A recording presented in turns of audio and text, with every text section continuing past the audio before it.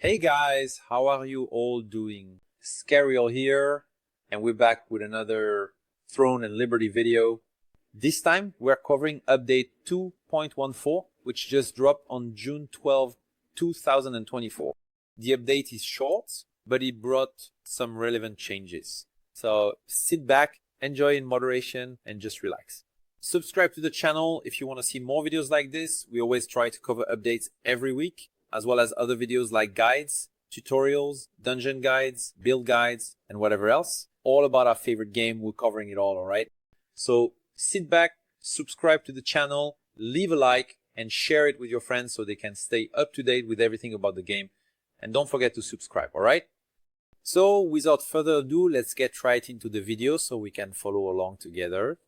Update 2.14 is the second part of the June update, which includes the mission called Road to Raid, which is exactly the path leading up to the raid. The raid will be the new 12-player content, a challenging dungeon that will be released on June 26th at the end of the month. And with that, this second stage brings another layer of progression for players to reach this type of content. And within that, the first thing we can point out as a detail is that more weekly missions have just been added, so we can progress even further with our characters. So, for example, here you'll notice that there are two new missions, this mission and this mission. These two missions are as follows. Now, you'll be able to do the dimensional trial mission 3 times and defeat up to 15 players. So you can earn a reward of 12 Nebula chests each. You can find the dimensional mission here in the Coupe Dungeon under the dimensional trial tab. You just go there and complete it at any difficulty without any issues. And the other content is about defeating players. So just go to any type of event, dynamic event or whatever it may be, and by assisting or eliminating, you'll also complete it. This is the first part of the update, right, for you to complete. But starting from the day from June 19th, we'll now begin a daily check-in phase. So here in the check-in tab, right, there will probably be rewards that will be distributed every day. And then the first day's reward will be 5 Chaos Rune chests. On the second day, it will be 30 rare artifact probability chests. On the third day, 50 precious rune probability chests. On the fourth day, 4 Nebula Conquest chests. On the 5th day, 25 Loyalty Adventure coins, which are the DG coins, right? On the 6th day, 10 Characteristic Resonance stones. And finally, on the 7th day, 7 Calandria Chaos Soul Fragments. I'm not exactly sure what this Chaos Soul Fragment is, but it's probably what will be needed to use in the unique item content from the raid, alright? I'll make another video about it later, so everything is clear, okay? And with that, a new milestone has also arrived here in the game's mission system. So if you come here to the J menu, right, you'll be able to see that now there are ice soups. Here, you'll see that now there's chapter 10, which is exactly where my camera is. Oops. And with that, with chapter 10, you'll notice that there are 2 missions, which are exactly for the game difficulties that are coming. At first, right, on June 26th, there will be the first 2 difficulties of the raid, which are the normal raid and the hard raid. And after a certain period, which they haven't specified yet, Nightmare difficulty will be released, right? That's pretty important so we can keep up with all the core content of the game, all right? With that, right, there's another bit of content, which is the guild incursion for Archchef Tevent, right? So for those who don't know, we had the guild content released the week before last, right? That brought Belendir, and now it's Tevent's turn. So from the 12th to the 26th, right? Basically for 2 weeks, we'll have Archboss Tevent available to complete through the guild incursion, right? In the guild hall, so you'll be able to see that he's on the list here, right? And you'll be able to recharge to do it up to twice a week. So all guilds will be able to do this. If I'm not mistaken, it's from level 20 onwards, but since they changed things from the Korean update to here, I won't be able to go into details. So most likely it's for all guilds, they'll be able to do Tevent here, right? And among the rewards from Tevent, we have tier 2 items, accessory items that normally only drop from tier 2 arch bosses. And all of them are here with, I think, 10, 15 people or even less. You can manage it, right? To do this arch boss and to buy, right, the required item, just go to the guild management NPC, right? Guild supply methods, which only the guild leader and advisors can use. So you can go there to acquire this resource, okay? And then it will be pretty straightforward. It will be from the 12th to the 25th that you'll be able to do this. It has been adjusted, right? So that it's possible to do it as a guild, right? In other words, with fewer people, right? Available. And then you'll get all those items I mentioned. With that, we'll also have the arena, right? Wrapping up on June 26th. On June 26th, season 2 of the arena will be coming to an end, so they can rebalance, change the content, change how you get items, swap out the rewards here, and so on. So that's another piece of content that will be coming to an end on June 26th. It'll be the end of this type of content. And now, for me, what's most relevant about this update is that new potion crafts have arrived, okay? So if you go to any place, right, where you can use the resource crafting area, you'll see that here in the health recovery tab, you'll have these potions over here on the side. I'll just change the position here so you can take a look. And then look, you'll have all these new potions here that you can craft through crafting, all right? And with that, you can see that the materials here to make this medium potion, which only restores 1200 health, you'll need to use the small potion, right? You can see here that I have 100,000, right? Because I knew this update was coming. I even thought about making a video, but I didn't have time, so I bought them in advance. Now, this resource here can be acquired from the regular NPCs, the ones that sell items in the normal game. And you can buy up to 100 per day. And then by buying them, you'll be able to craft this potion. With this potion, you craft this other potion. This is the potion we normally use, the greater healing potion. It heals 2,400. Here are all the resources you can use to make it. But you need the potion 5 of the medium potion and yeah, a rare polished crystal, okay? And then the new potions arrive, right? Which are these 4 here. But these 4, as you see on your interface, will actually be locked. And they'll remain locked for the simple reason that, well, they specifically require recipes in order for you to be able to craft them at least until you obtain those recipes. And to get this recipe, there are currently 2 ways, right? One is through the contract NPC, paying 3,000 resources, right, to the contract NPC. The contract NPC can be found in most regions of the game. I'll show you here, and yeah, or instead of the contract NPC, you can also get it from the contract NPC, but the culinary one, okay? So I'll show you here, look, this is the contract NPC, and with that, look, he sells the 4 recipes here, right? I've already bought them all, exactly because I spent 65 culinary contracts, and honestly, I wasn't lucky enough to get them, okay?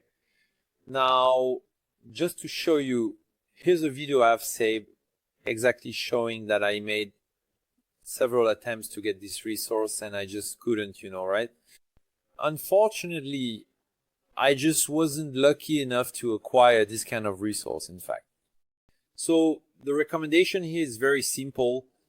The recommendation is that if you don't have that many resources from the NPC, you come to this NPC here and you can keep picking up missions so that one of these missions might give you a chance to get the recipe, okay? So it's pretty straightforward in that regard, right? So you can try your luck at getting it.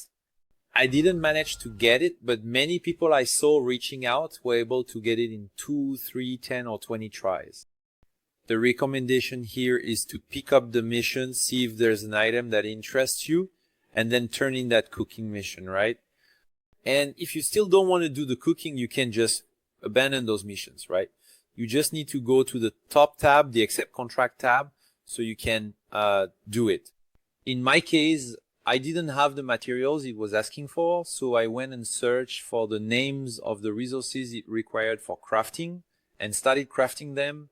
Most of the items you get naturally as you play the game. There are several chests the game gives you that you can obtain, but for the materials you don't have, you can go to the general NPC and buy them, right? For example, I didn't have union or coal there. I bought 100 of each, so it would be easy for you to craft them without any trouble. So I took advantage of the fact that I was doing these crafts, right? And I also used the food that increases cookie mastery, which you get from crafting. And then I just kept crafting without any issues at all, continuing to work steadily. But unfortunately, I wasn't lucky enough to get that kind of rare resource I was hoping for, okay? Sometimes that's just how it goes. But then when you come back to the game, you notice that it's actually possible to craft these different foods and these brand new potions, which can really help you out in various situations. And as for the potions, there are 4 of them, each one for a different purpose. The first one here, as I mentioned, is this yellow potion, which gives you 800 health recovery, so you can actually get more recovery, right? It uses Rubik's here, both the precious and the ore, right? And of course, it always requires the rare potion. The second one is this one here, which restores 400 health plus 8% of your maximum health. So for those people who have over 30,000 health, it's already extremely relevant to make this kind of food. This potion, this is the third potion, which restores 600 health plus 2% of your maximum health per second for 5 seconds. So for those people who take damage, just a little damage, right, but haven't lost a lot of health, this potion can be quite relevant as it allows you to gradually recover health over time while you're taking damage. So it's also a very interesting potion, since in the end, it will heal you for 10% of your health plus 600, right? And finally, there's the potion that restores not only health 2400, which is what the normal potion used to heal, but also 800 mana. These 800 mana are relevant in some way, right? And as you can see, each of these potions consumes a different type of resource. The normal one restores health, the normal potion restores health, but the red stone, this one is orange, the yellow stone, the red one, the green stone, and finally the blue one, Marine de Belleza, which is the blue stone. So it's pretty straightforward in that regard. In fact, after that, there were several adjustments in the game overall in terms of gameplay, like for example, the rune probability boxes now, right? When they're not chaos rune boxes, when you drop them, they automatically open, right? So they don't pile up in your inventory. Now, through war games, which are the war games, the healer's healing is not included in the total, right? In the overall score. When the healer has nothing to heal, what do I mean by that? In life, right? If the person's health is already at maximum, it won't be counted in the total amount of healing at the end of war games. The one had some adjustments in the vampire contract. The amplification crypt, which is the 4-star dungeon, had some adjustments to the boss's abilities, right? To prevent instantly killing the player. There were also some adjustments made to its arena to fix some of the bugs. And then there were several other adjustments, right? Like tweaks to Nebula, adjustments to missions, changes to Nebula Island itself, cosmetics, the shop, and so on. Now on PC, it's also possible to limit the FPS when the game is out of focus, okay? So that's also pretty interesting in case you use it right. Here it is. Limit frame rate. When you have the game running in the background, it limits it to 30 FPS, okay? That can be good for performance if you do multitasking, right? Multiple tasks at once. Yeah, and there were several other adjustments as well in the dimensional area, the arena, the codex, the cosmetics tab, and also in the appearance of some ones that were broken. There were also some other tweaks in the interface control section and also in the management of the general chat. Besides that, there was an adjustment that wasn't mentioned, right, in the pet notes. But it's a change that happened on the Korean server. And I'm going to show you here.